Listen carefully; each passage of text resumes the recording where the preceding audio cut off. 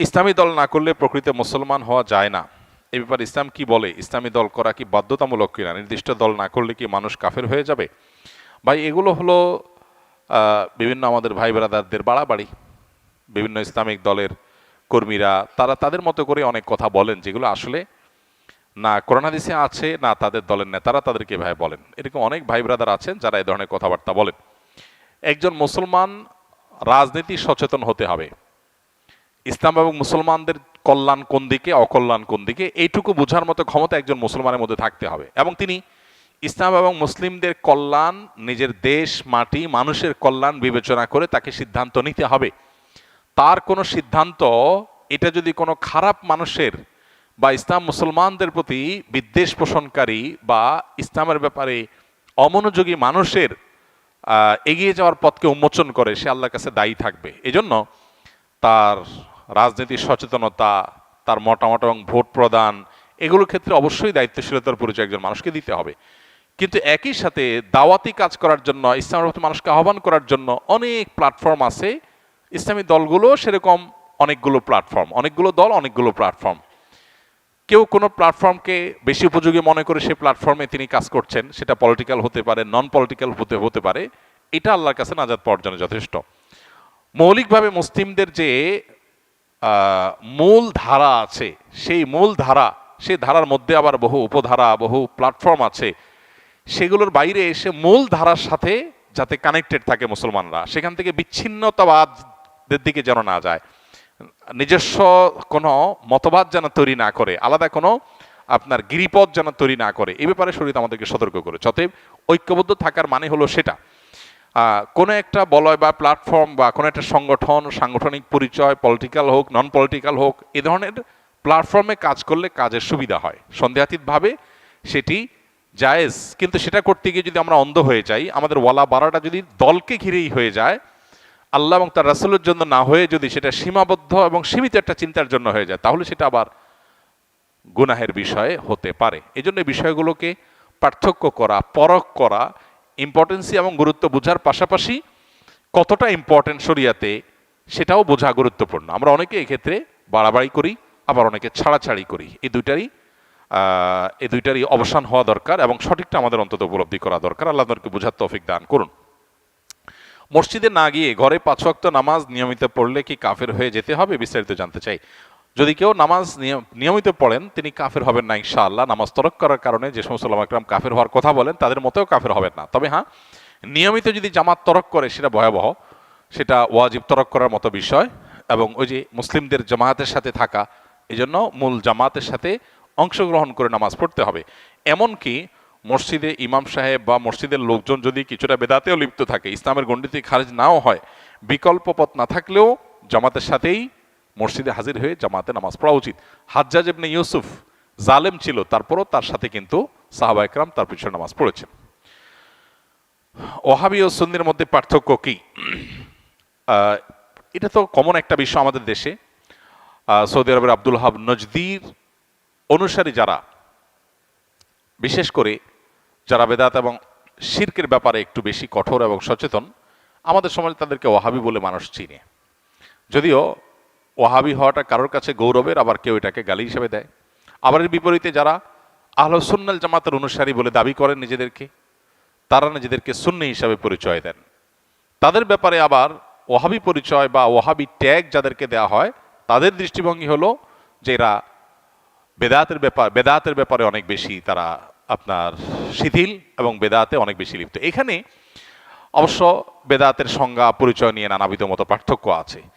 এটা এমন একটা বিষয় যে এগুলো চাইলেই আমরা এই বাউন্ডারিগুলো দূর করে ফেলবো, এই ওয়ালগুলো দূর করে, দূরত্বগুলো দূর করে সব একাকার করে ফেলবো, সম্ভব না। তবে হ্যাঁ, কোনো মুসলমানের মধ্যেই মৌলিক কিছু বিষয় আছে যেগুলোতে কোনো পার্থক্য বা ভিন্নমত থাকার সুযোগ নাই। এর ভিতরে একটা হলো আমরা কিতাবুল্লাহ এবং সুন্নাতে রাসূলুল্লাহর অনুসরণ করব, এর মধ্যেই নাজাত, এটাই হলো সেফ এবং নিরাপদ পথ। অতএব আমরা যত বেশি সুন্নাহর কাছাকাছি থাকবো বা সুন্নাহর উপরে থাকবো, তত বেশি আমরা নিরাপদ থাকবো ইনশাআল্লাহ। কিয়ামতের আগে বহুবিধ দল এবং ফেরকা তৈরি হবে। নবী সাল্লাল্লাহু আলাইহি ওয়াসাল্লাম বলেছেন, কুল্লুহুম ফিন্নার ইল্লা মিল্লাতুন ওয়াহিদা। এর মধ্যে একটা ফেরকা নাজাত প্রাপ্ত হবে। তারা কারা? তারা হলো মা আনা আলাইহি ওয়া আসহাবি, নবী সাল্লাল্লাহু আলাইহি ওয়াসাল্লাম তার সাহাবীরা যে পথে ছিলেন। বাস আমরা নবী সাল্লাল্লাহু আলাইহি ওয়াসাল্লাম এই কাজটা এভাবে করেছেন কিনা, করতে বলেছেন কিনা, সেটাকে আমরা আমাদের অবলম্বন হিসেবে গ্রহণ করলে এটাই হবে আমাদের জন্য নিরাপদ। ট্যাগ, নাম যাই দেয়া হোক না কেন, অতএব সেটা হলো আমাদের কাছে মুখ্য এবং মূল বিষয়। আমি একজন তরুণ, বর্তমান প্রেক্ষাপটে সামান্য বেতনে চাকরি করি। আমার ছোটবেলা থেকে সামান্য বাক প্রতিবন্ধী হওয়া সত্ত্বেও আমার পড়াশোনা শেষ করেছি। আমার এই সামান্য প্রতিবন্ধকতা চাকরির ক্ষেত্রে ব্যাপক প্রভাব লক্ষ্য করা যায়, তাই ছোটবেলা থেকেই চিন্তাভাবনা নিজের যোগ্যতা কিছু একটা উদ্যোক্তা হব, বাট পরিবারের চাপে কখনো সাহস পাই নাই। পরিবারে কোনোভাবেই নিজে কিছু একটা করব মেনে নেয় না। তারা চায় আমি যেন সবসময় চাকরি করি, বলে সামান্য বা কম বেতনে হলেও অন্য দিনে চাকরি করো। কিন্তু বর্তমান প্রেক্ষাপটে আমার প্রতিবন্ধকতা থাকা সত্ত্বেও সামান্য বেতনে বউ বাচ্চা নিয়ে সংসার চলে না। মূল প্রশ্নটা কি? আমার প্রশ্ন হলো, আমি যদি পরিবারের কথা অমান্য করে বা না শুনে নিজেই কোনো কিছু শুরু করি, তাহলে পরকালে আল্লাহর কাছে আমার জবাবদিহি করতে হবে কিনা? দেখুন, এটা তো খুব কমন একটা বিষয় এবং সহজ একটা বিষয়। মানুষ যখন প্রাপ্তবয়স্ক হয়ে যায়, সুস্থ মস্তিষ্ক সম্পন্ন হয়ে যায়, তখন পরিবারের পরামর্শ মানতে সে বাধ্য না। তবে যদি তার নিজের বিবেক বিবেচনার চাইতে পরামর্শ যারা দিচ্ছে তাদের বিবেক বিবেচনা বেশি গুরুত্বপূর্ণ মনে হয়, ভালো মনে হয়, ডিপ মনে হয় এবং সবাই পরামর্শ দেয়, তাহলে সেটাকে আমলে নেওয়া উচিত। মুসলমান পরামর্শকে গুরুত্ব দেওয়া উচিত, কিন্তু সে বাধ্য না। প্রাপ্তবয়স্ক মানুষ, সে কি ব্যবসা করবে না চাকরি করবে তার ব্যাপার। তবে হ্যাঁ, আবেগের কারণে আমি ভুল ডিসিশন নিতে পারি, সেক্ষেত্রে যে বিষয়ে কাজ করব সে বিষয়ে অভিজ্ঞদের সাথে পরামর্শ করে ডিসিশন নেব। এক্ষেত্রে পরিবারের সাথে আপনার ভিন্নমত হলে আশা করা যায় আল্লাহর কাছে আপনার কোনো দায় থাকবে না। তবে মা বাবা বা বড় ভাই থাকলে এরকম কেউ পরামর্শ তাদের সাথে বেয়াদবি যেন না হয় সেদিকটা খেয়াল রাখতে হবে। এবছরের হজ ব্যবস্থাপনার অনেকে প্রশংসা করেছেন। আপনার অভিজ্ঞতা এবং আগামী বছর যারা হজে যাবেন তাদের উদ্দেশ্যে কিছু বলবেন। আলহামদুলিল্লাহ, এটা সত্য যে এবছর সৌদি আরবের কর্তৃপক্ষ তাদের হজ ব্যবস্থাপনাকে তারা অন্য যে কোনো বছরের চাইতে ভালো করেছে। এটা সত্য, আমার চোখেও সেটি ধরা পড়েছে। এমনকি হজের যে দুইটা পার্ট, বাংলাদেশ পার্ট, সৌদি আরব পার্ট, উভয় পার্টের ব্যবস্থাপনাই বেশ ভালো ছিল। বাংলাদেশ পার্টির ব্যবস্থাপনা অবশ্য বেশ কয়েক বছর ধরেই ভালো হচ্ছে। বিগত আমলের শেষের দিকে এসে হজ ব্যবস্থাপনা তুলনামূলকভাবে ভালো হয়েছে, যার কারণে একসময় প্রচুর পরিমাণে মানুষ হজের টাকা জমা দিয়ে প্রতারিত হতো, যেতে পারতো না, হজ ক্যাম্পে গিয়ে কান্নাকাটি করে ফিরে আসতে হতো। এই দৃশ্যগুলো আর এখন দেখা যায় না বেশ কয়েক বছর যাবত। এটা ভালো। তো তার মধ্যে আবার এই বছর আলহামদুলিল্লাহ তুলনামূলকভাবে হাজিদের হয়রানি অথবা পেরেশানি তুলনামূলকভাবে কম হয়েছে বিগত বছরগুলোর সাথে কম্পেয়ার করলে। আর সৌদি আরবের পার্ট যেটা, ওখানকার যে হজের কার্যক্রম, সেটা আলহামদুলিল্লাহ সৌদি সরকার তুলনামূলকভাবে বিগত যে কোনো বছরের চাইতে বছর খুব ভালোভাবে হ্যান্ডেল করেছে, যার কারণে ভোগান্তি কম হয়েছে। বিশেষ করে অতিরিক্ত গরমে ভিড়ে মানুষ মৃত্যুর যে হার, সেটা বেশ খানিকটা কম, অনেক কম, যার কারণে সব মিলিয়ে প্রশংসা করার মতো একটা পর্যায়ে আসছে। এবং এখান থেকে বোঝা যায় যে কর্তৃপক্ষ চাইলে হজ ব্যবস্থাপনাকে আরও সুন্দর করা সম্ভব, আরও সুষ্ঠু করা সম্ভব। তো আমরা আশা করব সেটা তারা অব্যাহত রাখবে এবং হজ যদিও কষ্টকর একটা সফর, তারপরও এটা যেন তুলনামূলকভাবে মানুষের জন্য কম কষ্টের হয়, তুলনামূলকভাবে মানুষের জন্য যেন সহনীয় হয়, সেই জন্য তারা যথাযথ ব্যবস্থা গ্রহণ করবেন। তারা আন্তরিক হলে এবং সিরিয়াস হলে আসলে আরও অনেক ডেভেলপমেন্ট করা সম্ভব। আল্লাহ তাদেরকে সেই তৌফিক দান করুক, আমরা দোয়া করি।